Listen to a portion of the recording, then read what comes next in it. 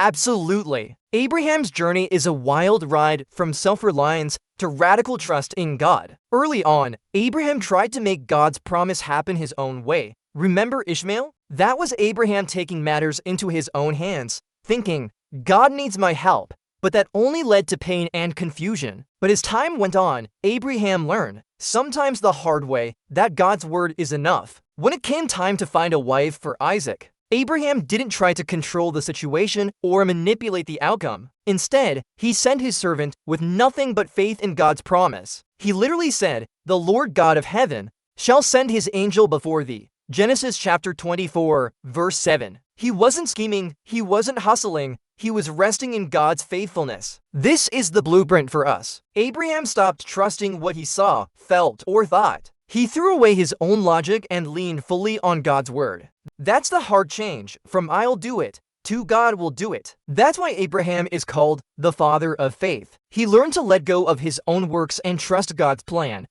even when it looked impossible. Ang Panginoong Diyos ng langit na kumuha sa akin mula sa bahay ng aking ama, at mula sa lupain ng aking mga kamag-anak at nagsalita sa akin, at sumumpa sa akin na sinasabi, sa iyong binhi ibibigay ko ang lupang ito, siya'y magpapadala ng kanyang anghel sa unahan mo. At kukuha ka ng asawa para sa aking anak mula roon, Genesis 24. Versikulo 7, KJV.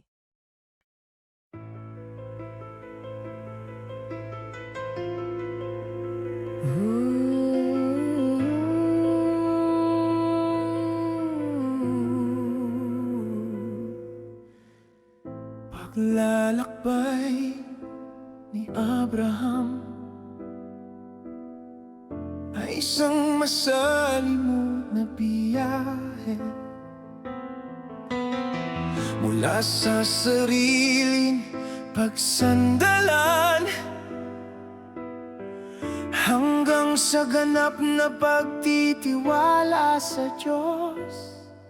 Noong una, sinubukan ni Abraham na ipatupad ang pangako ng Diyos sa kanyang sariling paraan. Naaalala mo ba si Ismael? Iyon ay si Abraham na kumikilos sa kanyang sariling paraan.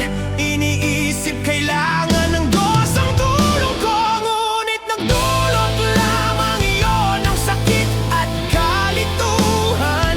Ngunit habang lumilipas ang panahon, natutunan ni Abraham minsan sa mahirap na paraan na sapat na ang salita ng Diyos. Nang dumating ang panahon na maghanap ng asawa para kay Isaac, hindi sinubukan ni Abraham na kontrolin ang sitwasyon o manipulahin ang kinalabasan. Sa halip, ipinadala niya ang kanyang alipin na may dalang pananampalataya lamang sa pangako ng Diyos. Literal na sinabi niya, Panginoon, Diyos ng langit, ay magpapadala ng kanyang anghel sa unahan mo.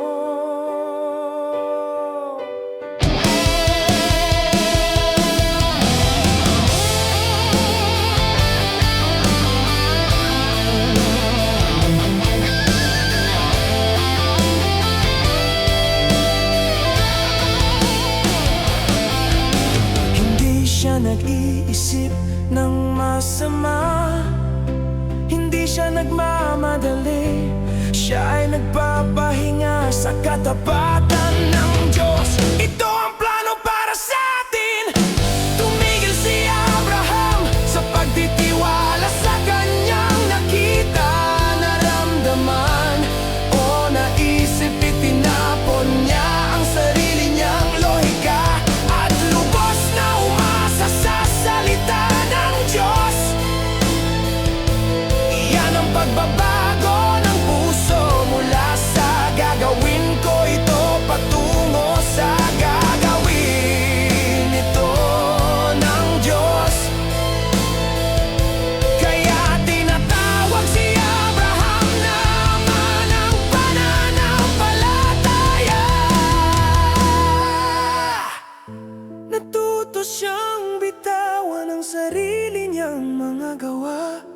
at magtiwala sa plano ng Diyos. Kahit na mukhang imposibleng mangyari.